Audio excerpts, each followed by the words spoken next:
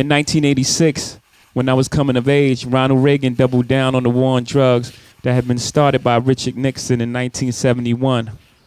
Drugs were bad, fried your brain, and drug dealers were monsters. The sole reason neighborhoods and major cities were failing. No one wanted to talk about Reaganomics and the ending of social safety nets, the defunding of schools and the loss of jobs in cities across America.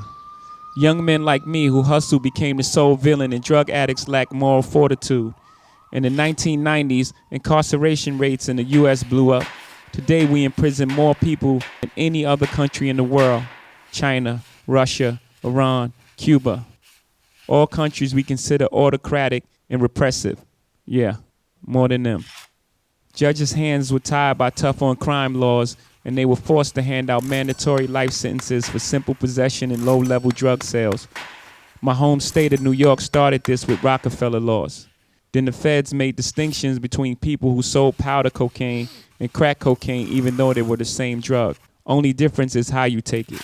And even though white people used and sold crack more than black people, somehow it was black people who went to prison. The media ignored actual data to this day.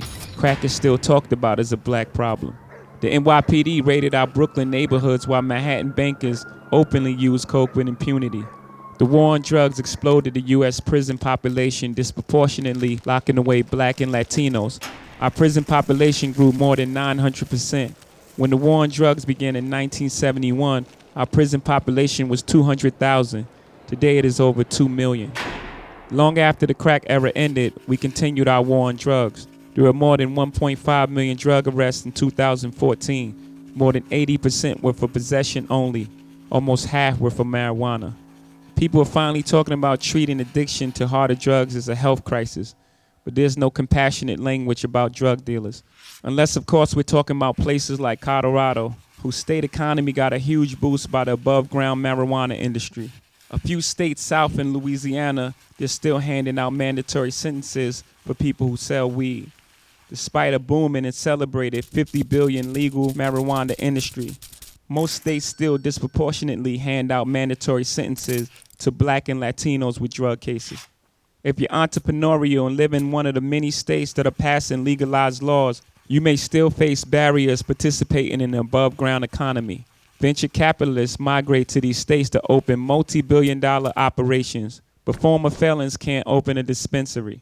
Lots of times those felonies were drug charges, caught by poor people who sold drugs for a living, but are now prohibited from participating in one of the fastest growing economies. Got it? In states like New York, where holding marijuana is no longer grounds for arrest, police issue possession citations in black and Latino neighborhoods at a far higher rate than other neighborhoods. Kids in Crown Heights are constantly stopped and ticketed for trees. Kids at dorms in Columbia, where rates of marijuana use are equal to or worse than those in the hood, are never targeted or ticketed. Rates of drug use are as high as they were when Nixon declared this so-called war in 1971. 45 years later, it's time to rethink our policies and laws. The war on drugs is an epic fail.